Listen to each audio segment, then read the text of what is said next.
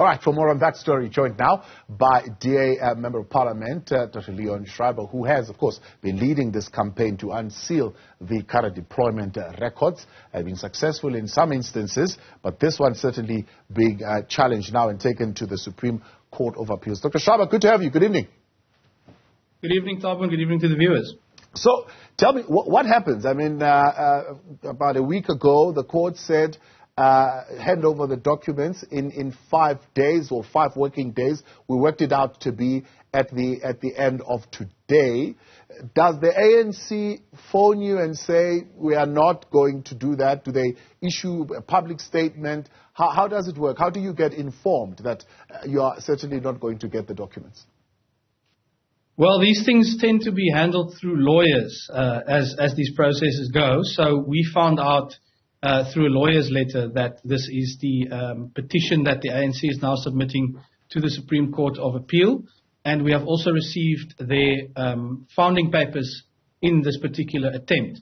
But I must say to you that I think the ANC, this is really quite a desperate move, because there's absolutely nothing new on the papers that they are now trying to appeal to the Supreme Court of Appeal with, after they lost the initial case in the High Court, and after they were denied leave to appeal in the High Court as well, where there was quite a scathing exchange and ruling by the judge in that particular case, finding that there's no prospect that another court would reach a different conclusion. Yeah. So, I mean, my understanding is, of course, you approach the same court that made the ruling and request leave to appeal, and they must grant you the leave to appeal. If they don't, you can then apply to the Supreme Court of Appeal. You don't just get automatic access. But then again, the Supreme Court of Appeal is still going to be deciding upon the record of the proceedings before the court appealed from, and after considering this written and oral argument presented. So it's still the same. There's no new argument, so to speak, that is going to be brought to the Supreme Court of Appeals. But what is the ANC saying is the reason why they would want to take it there? What do they think the High Court got wrong in law? Well, I think that's a question that could also be directed at them. But if you try to decipher it from what we've seen today, they really are trying to reheat the same meal that was rejected at the High Court on 2 different occasions. And that's why I'm saying I think that the ANC is in for a hiding here, and they really come across quite desperate here. Because, as you say, it's not a matter of getting automatic access to the Supreme Court of Appeal. They are going to struggle to prove to the court why the court should even entertain an application that was so comprehensively dealt with in the High Court. The bottom line of this case, really, Thabo, is the ANC says that it's a private organization, of which it's, of course, completely correct. And as a private organization, it has the right to have its own internal processes.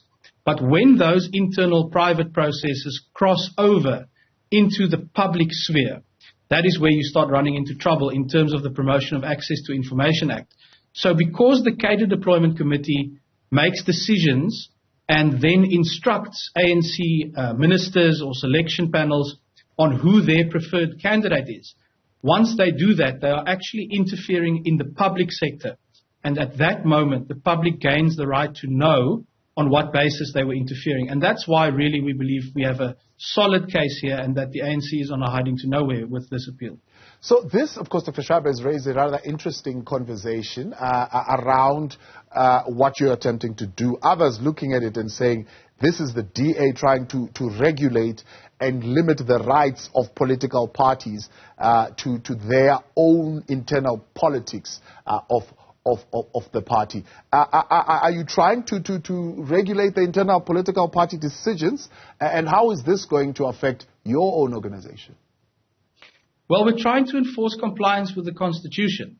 And you'll recall that there's a separate court case for which we're still awaiting the judgment, where we've asked the court to declare cadre deployment unconstitutional because it actually violates what our Constitution already says. Section 1973 of the Constitution, for example, talks very clearly about the fact that no employee in the public sector may be advantaged or disadvantaged on the basis of political considerations. You think about something like the constitutional right to equality. These things are violated by a policy that says, well, we actually have a a secret preferred candidate because they are a loyal cadre of a particular political party. So what this is about is trying to finally, after 2.5 decades of cadre deployment, enforce the separation between party and state that our constitution has demanded all along, but which the ANC has violated up until this point. So that's why that case is important. But you also raise the facts that will flow from a successful case by the DA in this campaign. And that is, of course, the reality that this will apply to all political parties. And I think that that is a very important thing to get right as we move into this era of coalition politics. We've already seen other political parties like the Patriotic Alliance, for example, engaging in the kind of extortion tactics that are hallmarks of cadre deployment and saying you will put this person as municipal manager, etc. So it's time for us to draw a line under this now before it becomes a cancer that spreads even more widely throughout the body politic.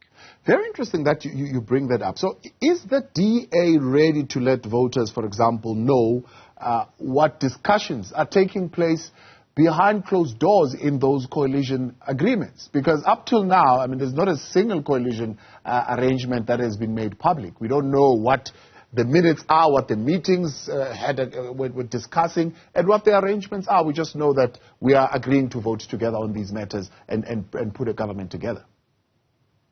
Well, as a matter of fact, the coalition agreements that the DA was involved in with a number of other opposition parties, the agreements themselves were published on a number of occasions. But I take the bigger question that you're asking, and that is about transparency around political decision-making. So I think it's worth emphasizing again here that when the ANC says that this particular case around the PAIA application is an attempt to expose all of their internal workings, that's not correct. It's not as if suddenly every political party is going to have to make every meeting and every decision public. Political parties are private, voluntary organizations. That's correct. They have the right to have their own internal processes. But where they do not have the right to keep things secret is when their decisions and the influence they exercise on government extends into the public sector. So, for example, if you have a meeting of a National Cadre Deployment Committee where there's a decision made that the Minister of Justice should be instructed that this particular judge and this particular magistrate are the preferred candidates of the ANC. And if he does not make sure that those people are appointed, the ANC's policy is very clear. He will be disciplined in that case. That is action which impacts on the public. And then you can't hide behind secrecy. Then the public has a right to know. And that's what's been affirmed by the High Court in this case. Yeah. The argument, I suppose, that was brought by the ANC and is supposedly continuing being brought by the papers that they are bringing before the Supreme Court of Appeals is that they are not the appointing structure, that the cadre deployment committee merely recommends. That's a point they've made on a number of occasions. You might remember they tried to make the same argument in front of the Zondo Commission, and it was an argument that was rejected. And Judge Zondo found very clearly in that case that this kind of practice does violate the Constitution. And so we're trying to get that enforced through the other case that I'm talking about. But the reality is, Tabu, you only have to look at the ANC's own cadre deployment policy, which you can find on their website, which says very clearly that where there is defiance of an instruction from the cadre deployment committee, there will be disciplinary steps that follow. And they confirmed this in front of the courts, that indeed they do reserve the right to discipline someone who defies a directive from the cadre deployment committee. Now, that is not a recommendation. That is, in fact, an instruction. And even if it were not, it is interference in the appointment process, which is unlawful. And so that is the problem that they keep running into, and which they've just failed to address because frankly, it's something they can't address. It is the reality that these are not some kind of meeting where everyone has a nice thing to say about someone who should be appointed. This is the political party saying, this is the person we want, and if you don't put them in this position of power, you're going to have to come here and be disciplined for defying us. Yeah. So are you saying if, for example, you were to make public records of, I don't know, Federal Council of the Democratic Alliance, you will find that there is no lobbying taking place for appointments of people in particular positions? There's none of that happening. Absolutely not when it comes to the administration. And this is a very important distinction to make. When it comes to political positions, whether it is a minister or a member of parliament or a councillor, these are obviously political positions where every political party has its own internal process to select the candidates, and then there's a democratic vote, and the party, in the case of parliament, for example, then has a list of candidates which it does put into that position. So when it comes to political positions, that is not what is at stake in this case. What is at stake is when you extend this interference and this political influence down into the administration.